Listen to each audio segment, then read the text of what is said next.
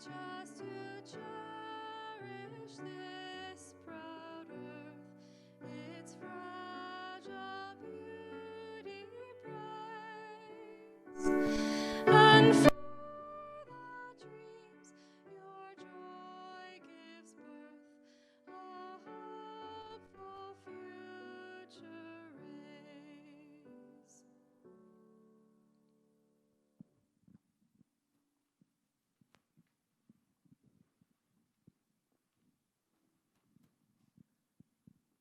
morning. My name is Linda Leibel, and I serve as President-elect of the Board of Trustees of the Unitarian Universalist Church of Spartanburg this year. Thank you for joining us via live stream this morning. In cooperation with global and national health authorities, we have suspended all in-person church activities for the time being. Our care for one another and for our community only become more important in times like these. Our ministry is expanding with many ways we can all help one another, comfort one another, and grow together even though we are physically apart. I encourage you to visit our website, uucs.org, for ways you can join in our work. If you have any questions or concerns, please do not hesitate to reach out to me, any of our board members, or any member of our staff. Our job is to serve you. We're glad that you're here and have taken the time to connect with us this morning. Especially in times like these, we need each other. Thanks for being part of our congregation today. We are a people of faith and hope. Welcome, and happy Mother's Day.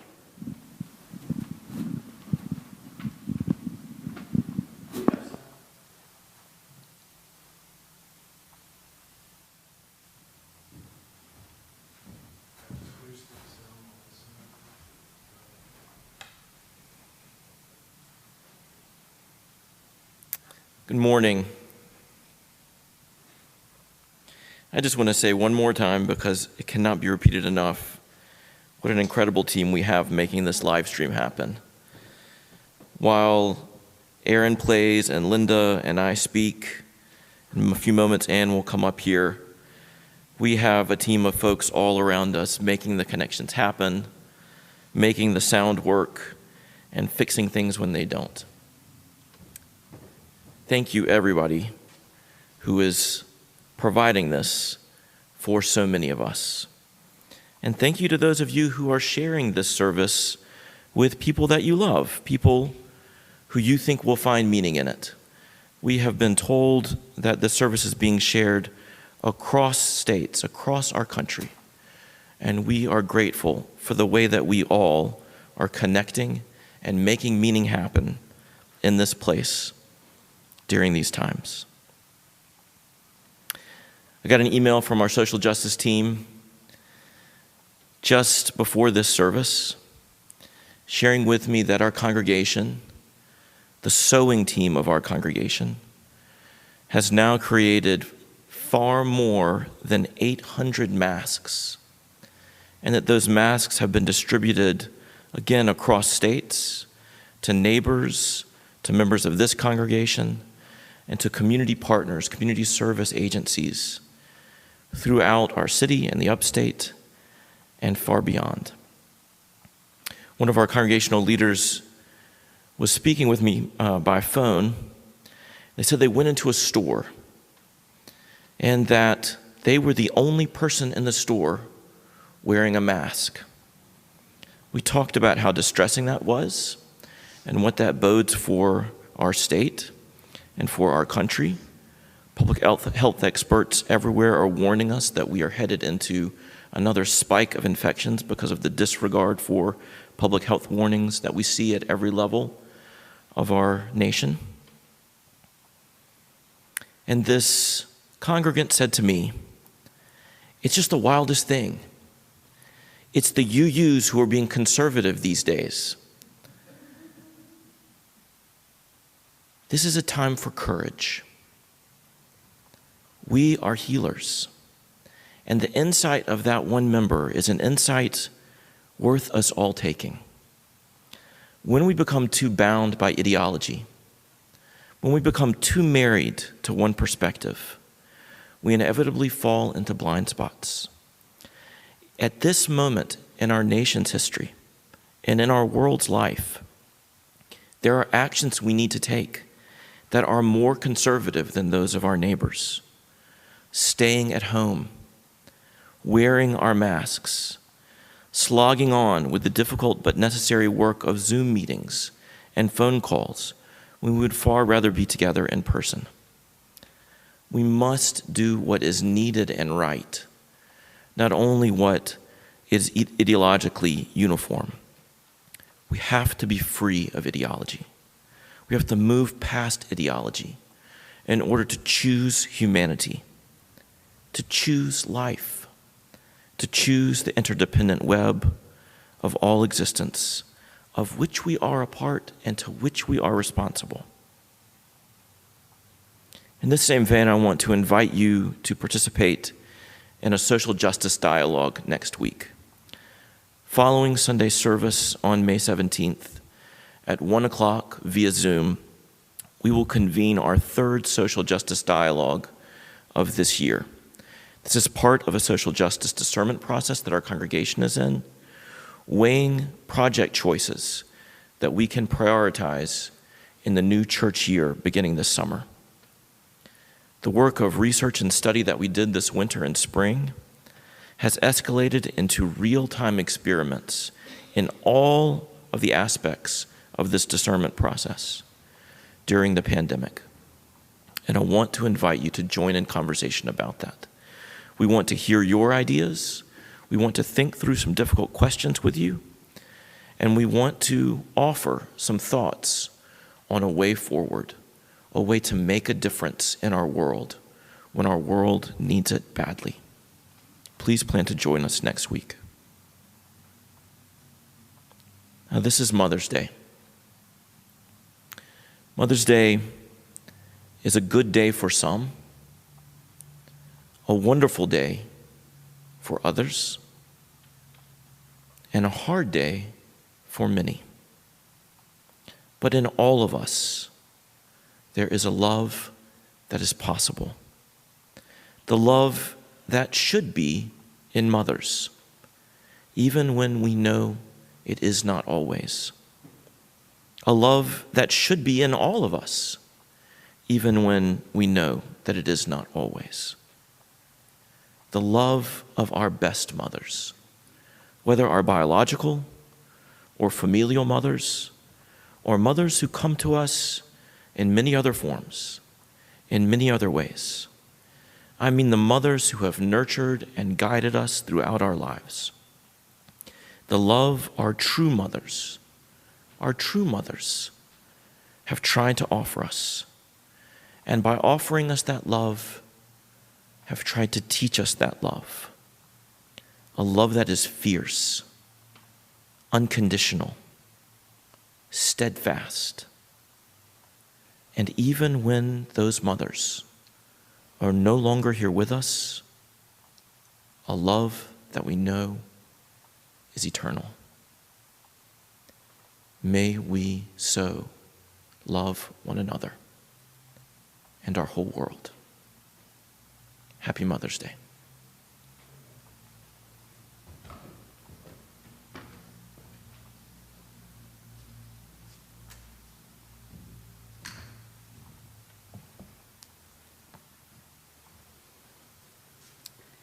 A reading from The Plague by Albert Camus, Spare This Child. From between the inflamed eyelids, big tears welled up and trickled down the sunken, leaden-hued cheeks. When the spasm had passed, utterly exhausted, the child lay flat, racked on the tumbled bed in a grotesque parody of crucifixion. The priest gazed down at the child's small mouth, fouled with the swords of the plague, and pouring out the angry death cry that has sounded through the ages of humankind. He sank to his knees, and all present found it natural to hear him say in a voice hoarse but clearly audible across that nameless, never-ending wail, "My God, spare this child." And now the doctor grew aware that the child's wail, after weakening more and more, had fluttered out into silence. It was over.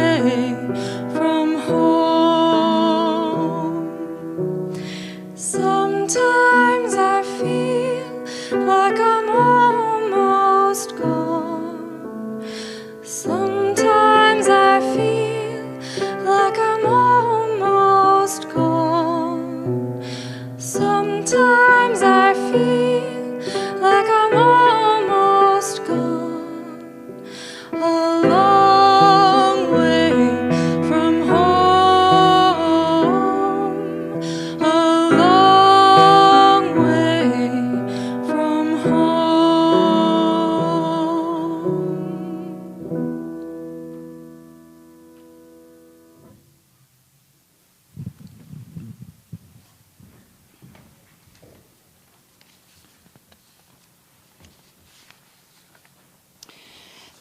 This church has a covenant that guides the ways in which we live in relation to one another. Our covenant helps us know how to support not only this community of faith, but also the wider community. This congregation truly embraces these words and lives by them. For those of you who know the covenant, I invite you to say it with me now. And if you don't know it, I invite you to listen to these words. Hear them and know that they are intentional. Know that we take them seriously as we strive to create the world that we know is possible. We are a people of faith and hope. Together we covenant to strive to become our better selves, to honor both the critical mind and the generous heart, to prove that diversity need not mean divisiveness, and to respond to systems of violence and oppression with the power of a love beyond belief. When we are all together in this place, now is the time that we would gather around the rippling bowl to place a stone or a shell in the water as a way to share our joys and concerns. We know that joys shared are multiplied and concerns shared are lessened. Although we are not together physically in this place, we are together as a community. I'd like to invite you now to share the joys and concerns that you are holding on to. Please take a moment during the silence to share a greeting with one another by text, by email, or just by holding one another in your thoughts. Please share your joys and concerns. Even though we cannot physically gather together in this space right now, remember that we are most definitely connected.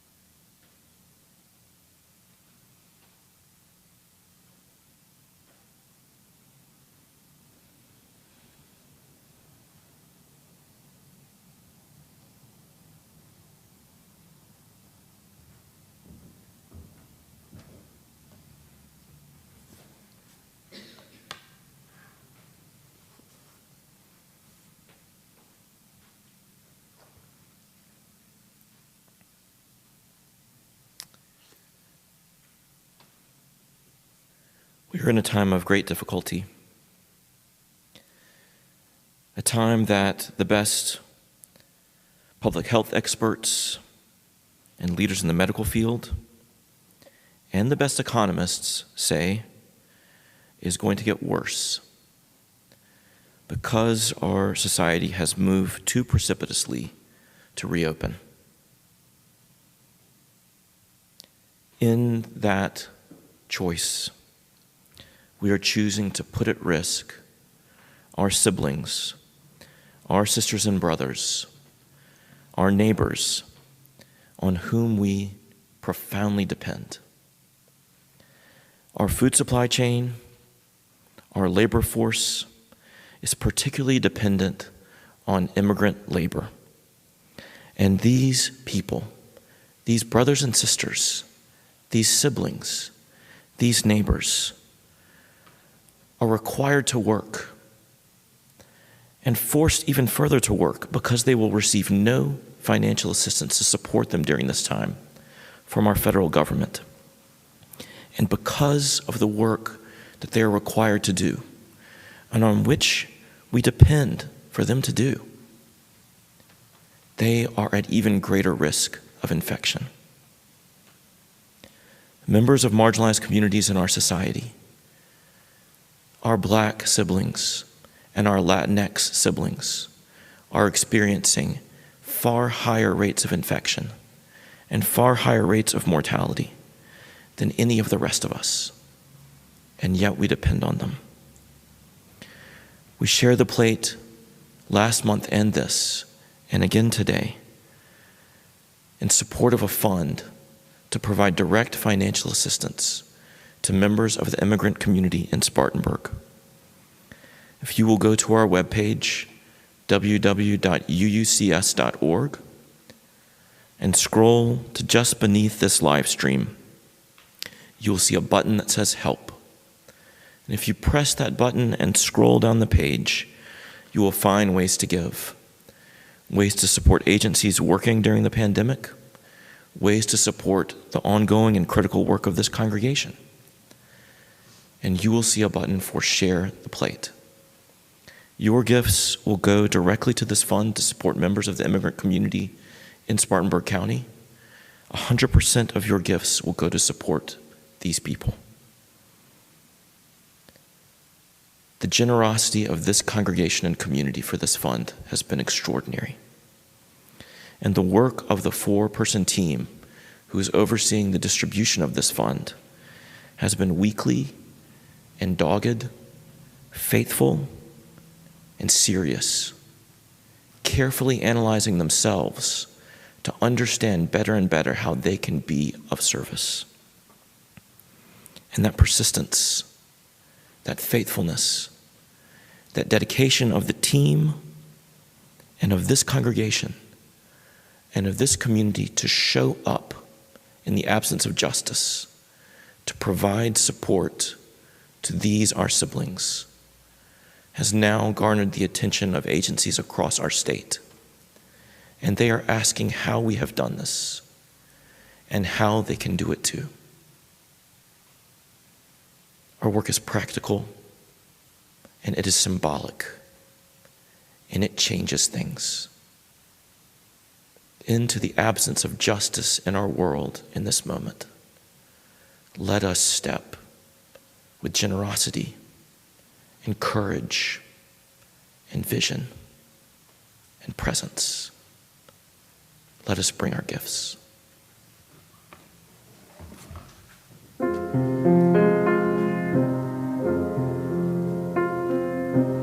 Can I see another's woe and not be in sorrow too?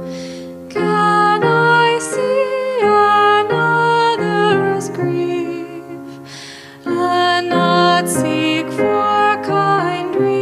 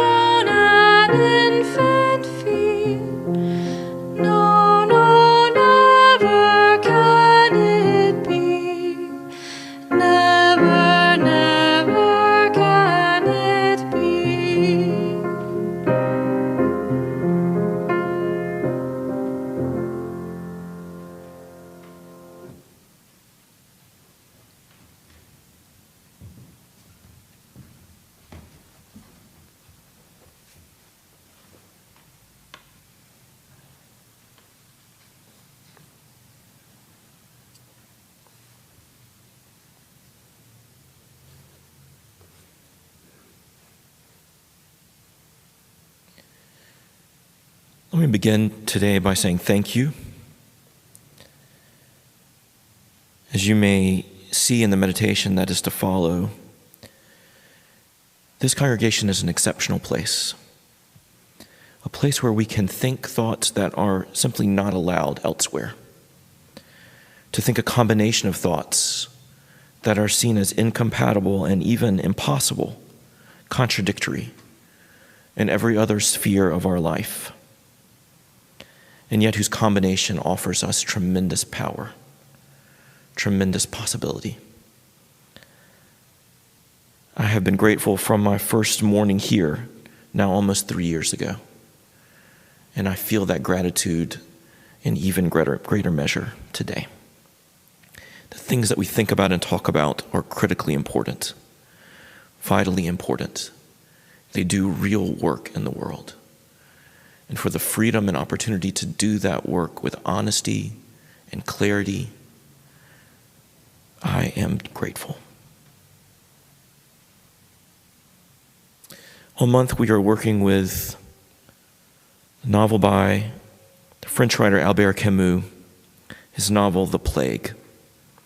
It's the story of a city under quarantine, an allegory of France under Nazi occupation during World War II, and the work of a very small group of people, the French resistance, to try to fight for survival and freedom, and a righting of the world order under that darkest of times.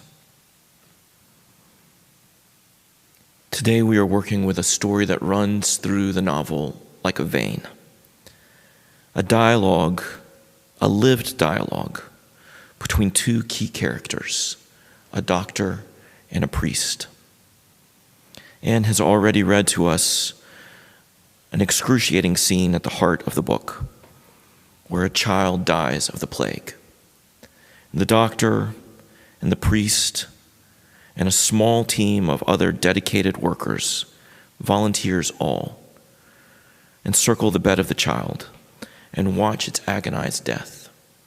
A death prolonged and made worse by the fact that they had tried a new vaccine, a new serum, to try to relieve the child's suffering.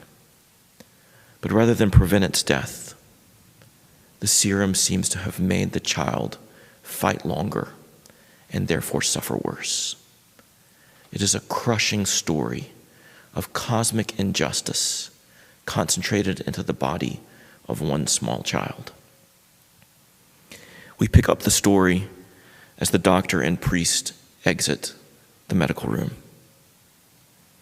The doctor offers a comforting hand. "Come, doctor," the priest began, but the doctor swung round on him fiercely. "That child anyhow was innocent, and you know it as well as I do." "I understand," the priest said in a low voice. "That sort of thing is revolting because it passes our human understanding. But perhaps we should love what we cannot understand." The doctor straightened up slowly. He gazed at the priest, summoning to his gaze all the strength and fervor he could muster against his weariness. Then he shook his head. No, Father. I've a very different idea of love. And until my dying day, I shall refuse to love a scheme of things in which children are put to torture."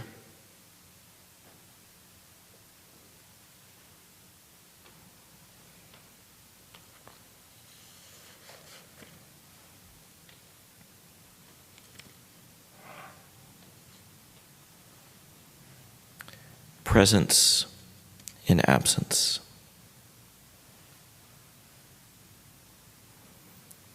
I want you to imagine on this Mother's Day,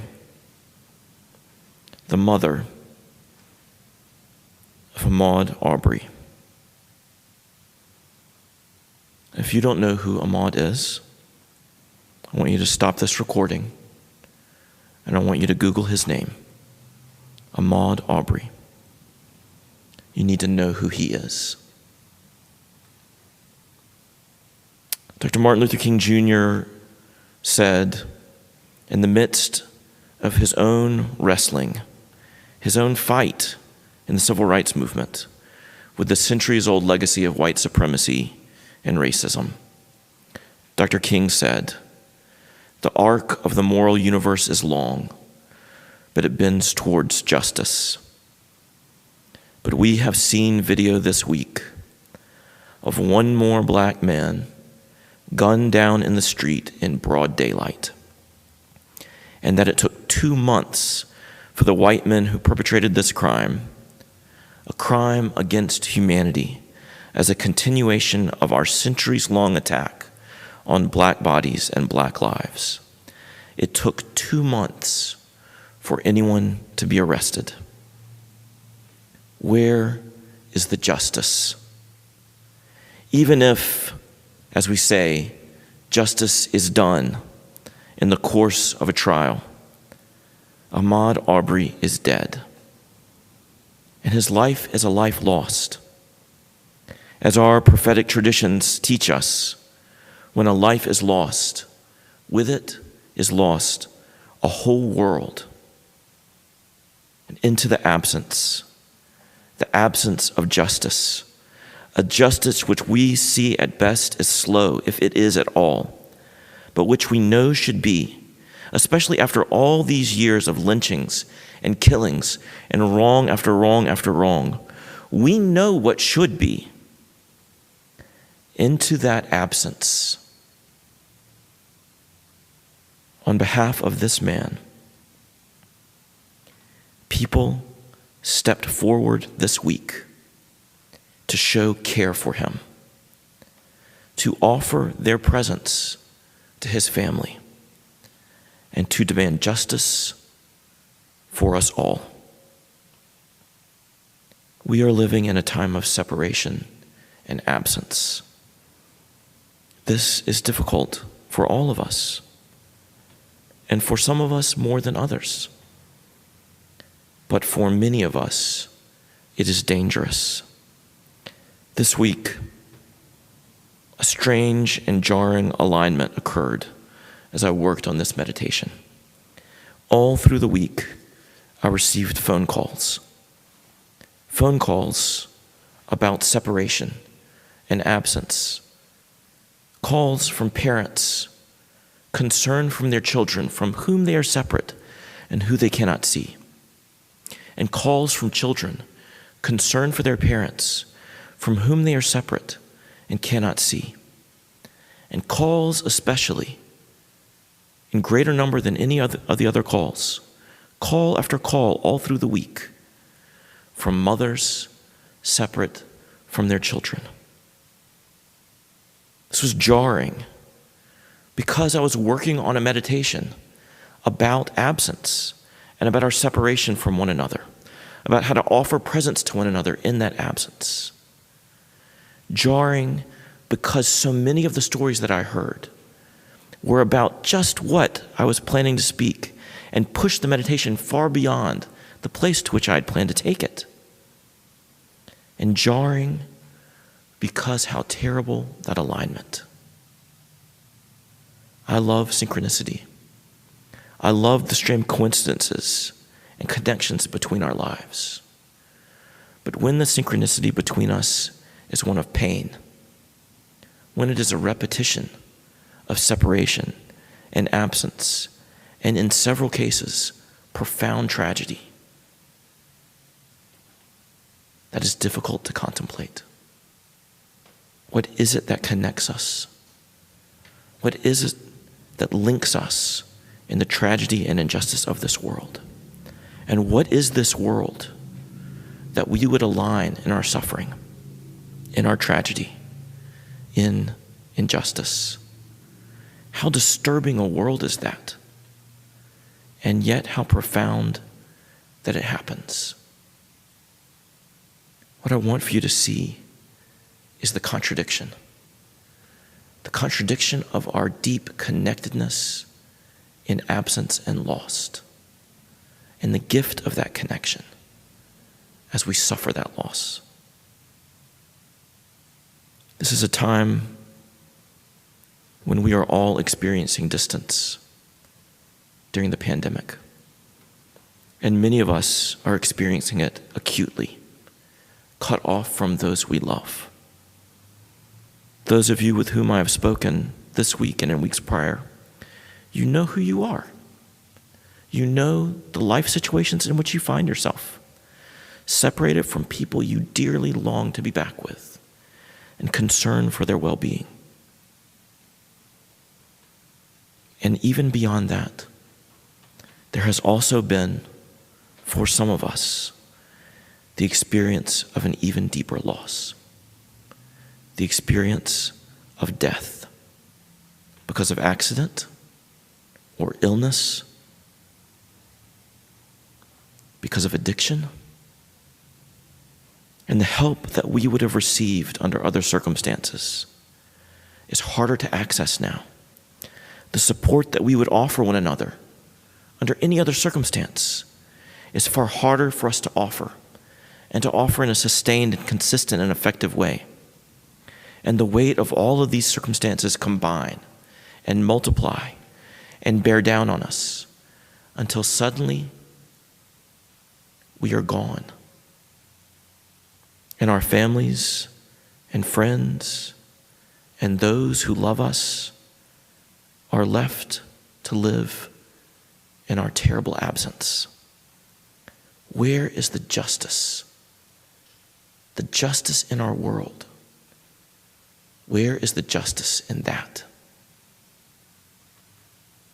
I recall a little over a month ago, standing in the sanctuary with the team that produces this live stream every week, reckoning with them on the news that a 1-year-old child had died of COVID-19 in Chicago. Even if only one child, where is the justice in that? And now we are hearing stories of children sick with a mysterious illness, an illness that we worry is connected to the coronavirus. At first, the reports were that children were terribly sick and experienced toxic shock, but recover. Until yesterday, we learned that in New York City, 3 have died. And all around us, our siblings, our brothers and sisters, are acting like all of this is over. Where is the justice in that? And nursing home residents and employees, those who nurtured us and cared for us all our lives, our teachers and our parents and our grandparents, our mentors, people who built a world that we inherited, who raised us as children, and now suffer sickness and isolation and death while we get back to work. Where is the justice in that? Food supply workers, frontline laborers, the people who ring our doorbells and leave packages on our stoops, healthcare workers, all subject to the dangers of this disease while they fight to push it back so we can act like everything is okay now. Where is the justice in that? Ahmaud Arbery, where is the justice? In The Plague, Camus paints a portrait of a priest and a doctor. The priest stands for a religious worldview. He is deeply dedicated, beloved by his congregation and by people throughout the town. Even those who are not religious see the value of his work. And he becomes a hero in the book, someone who volunteers his time and risks his life to work with those who are sick and ailing. And in the book, we hear 2 sermons that he preaches, sermons that take a radical line of absolute submission to a God whose ways surpass understanding. In the cosmic injustice of a plague, the priest argues, all one can do is to submit to the unknown and indiscernible will of a God who surely must be loving, even if our lived experience would indicate anything but that. And by his side, working night and day, is a doctor whose philosophy is one of revolt, a doctor who refuses not only the injustice of the world, but the very order of the world, as he says it, the order of creation, in which children can suffer from plague when they deserve nothing like that.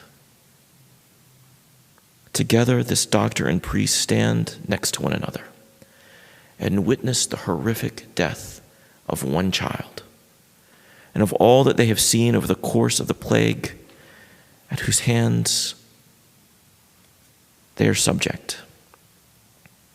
It is this death, this innocent, who brings them both to their knees.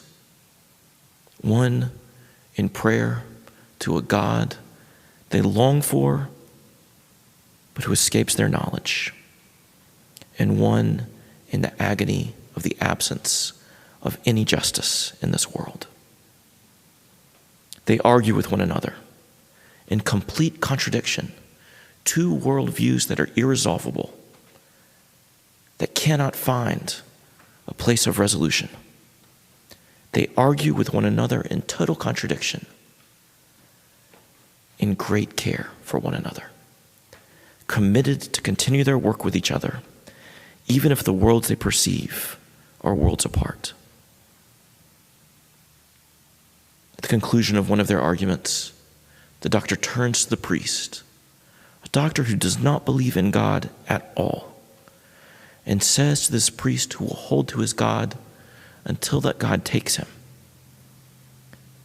even though we are in total disagreement, I will work with you tirelessly. God himself cannot separate us now. There is a way to live these contradictions, to do something with consciousness about the gross injustice of the world in which we live, and to do something together that matters, to offer one another presents in a world absent of justice. The plague is driven by the ideal of justice. The book is written to posit justice in a world that is absent of it, in circumstances that are completely unjust. It is clear that justice should be. We can so easily imagine it, but it is clear that things are not as they should be. We live in a reality of massive injustice. The choice we face when confronted with the absence of justice in our world is to step forward into that absence and offer our presence to one another. Only shortly after the death of the child in the book, the priest himself succumbs to the plague. He suffers a prolonged agony, and the doctor stands with him, stays with him, and offers all of the medical expertise that he can offer, only to watch every art of his medical training fail. And the priest turns to his God, grasping a crucifix in prayer, only to watch his invocation fail.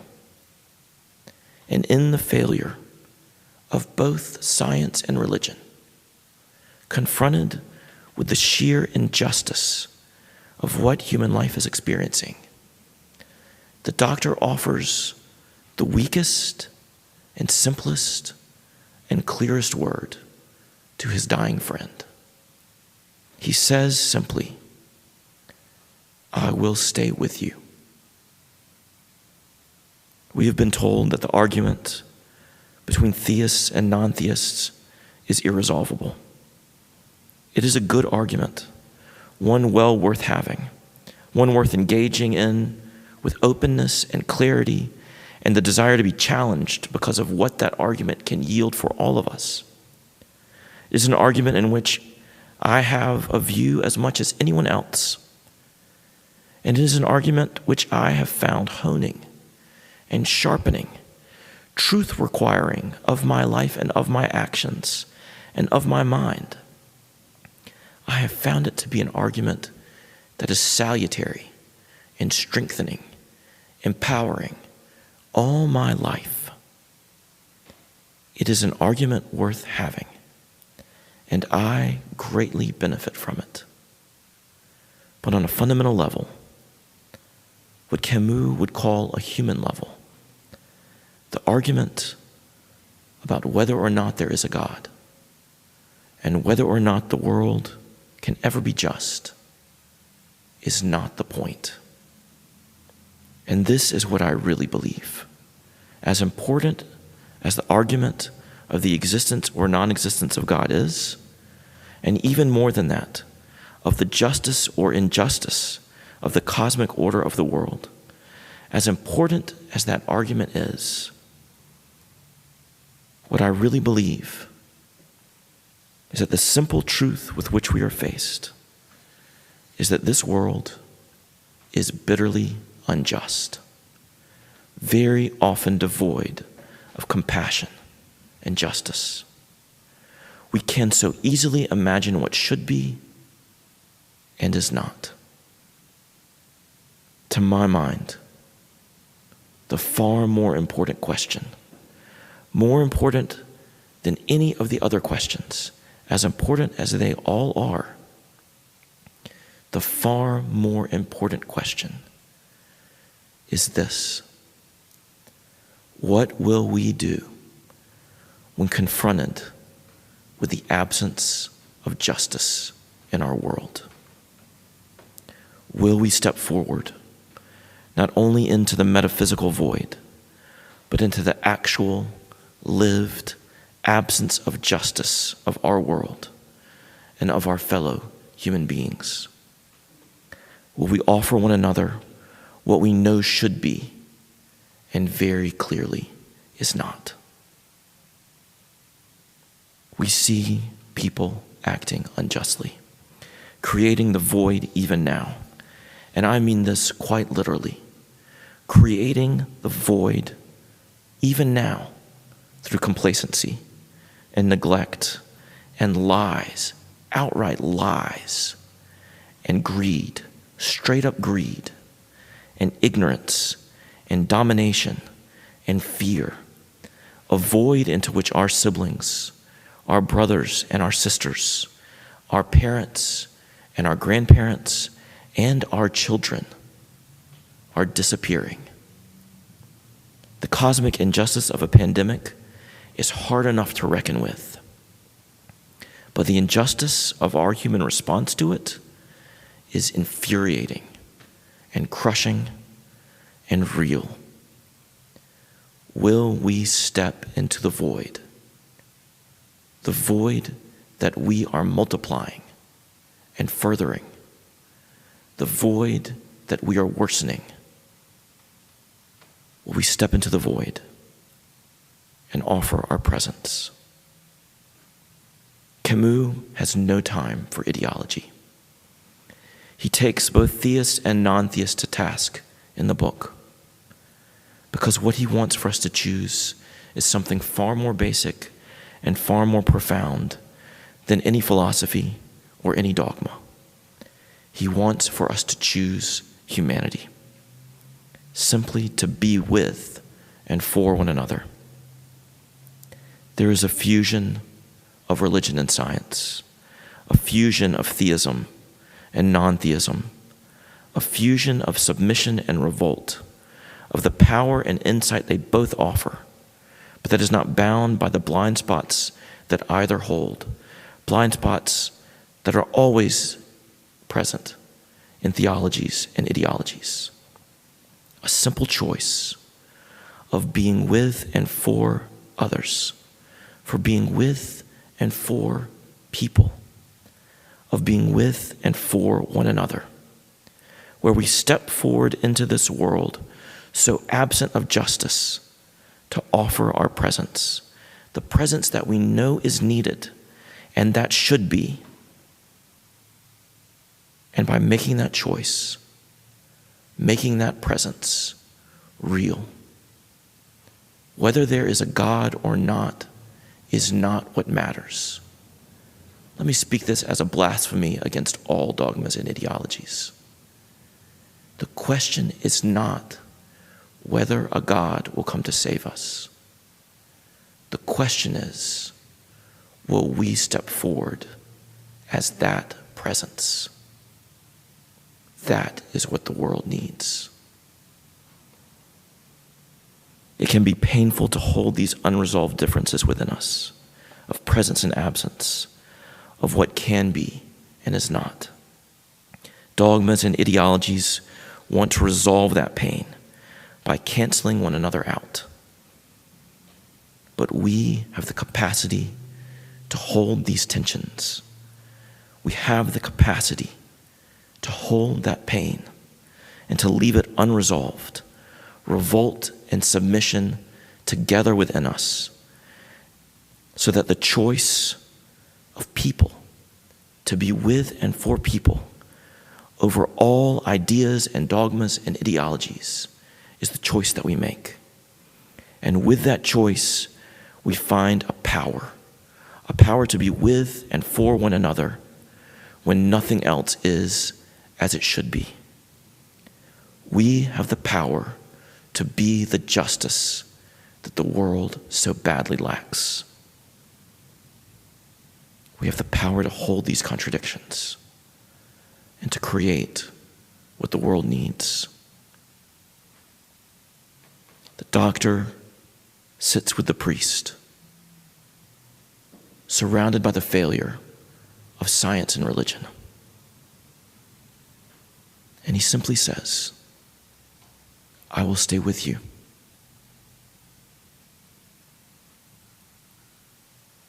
The novel The Plague is itself an unjust book, a book that is deeply flawed.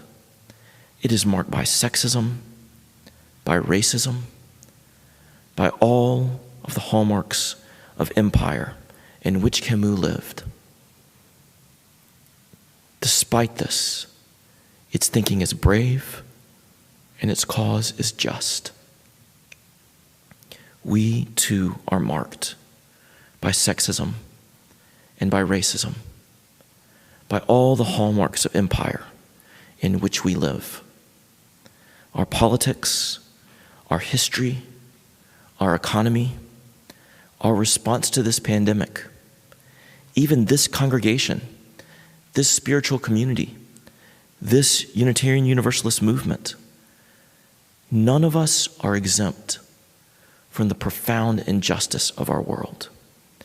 We are part of the absence of justice into which we are born and in which we live. But if we can live that contradiction, if we can bear that truth, if we can hold together the tension of what should be and is not, even in our own flawed lives, we can step forward and offer presence in the absence of justice to one another. At the conclusion of Camus' novel, a man dies.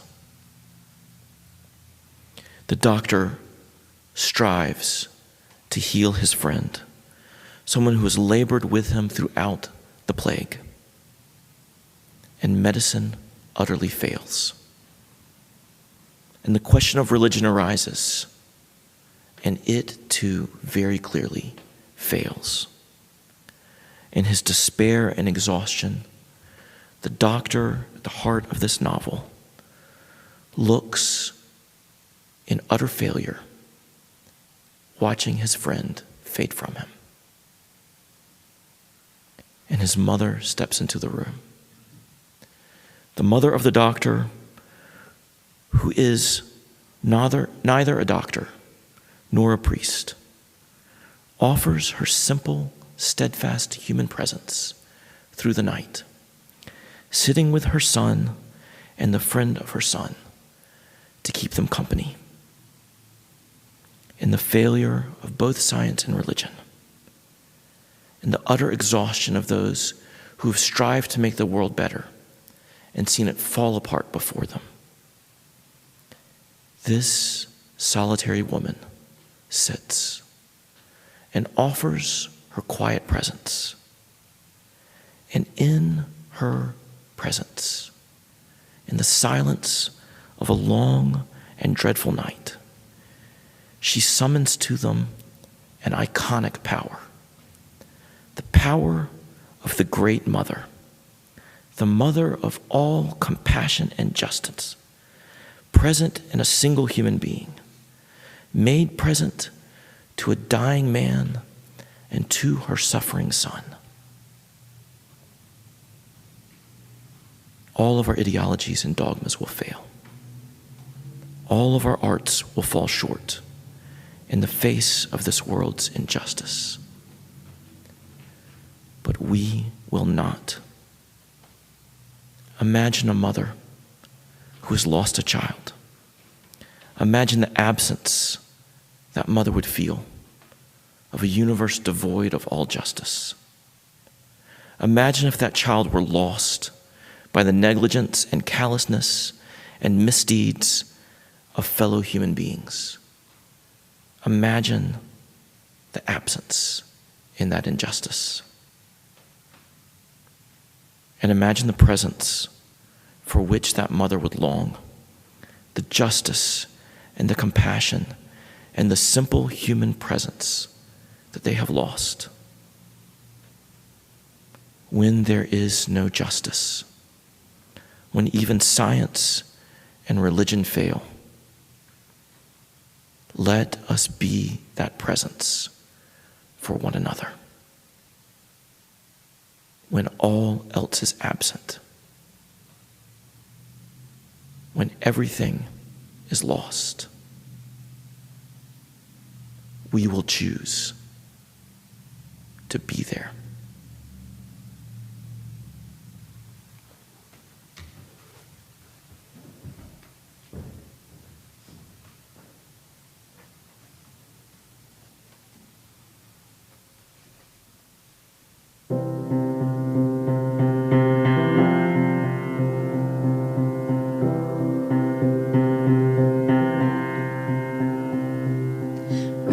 To bury your father and your mother.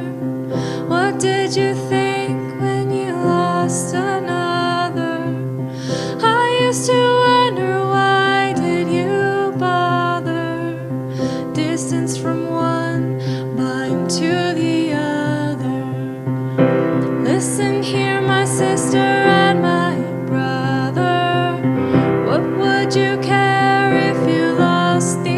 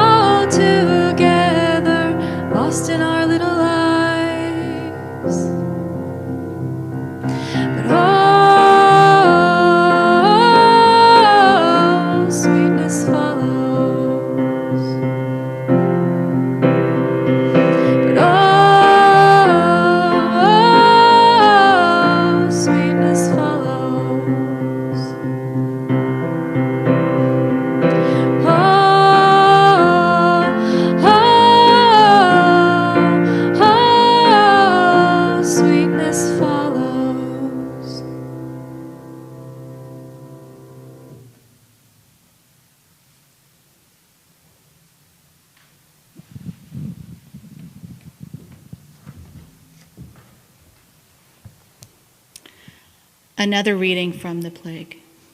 Beyond blasphemy and prayers. I have no idea what's awaiting me or what will happen when all this ends. For the moment, I know this. There are sick people and they need curing. We're working side by side for something that unites us beyond blasphemy and prayers. And it's the only thing that matters.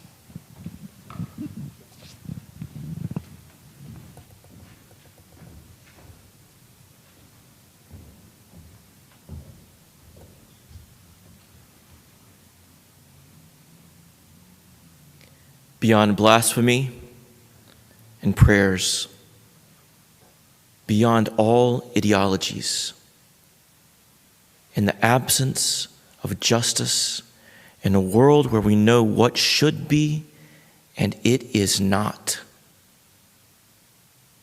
step forward. Choose one another.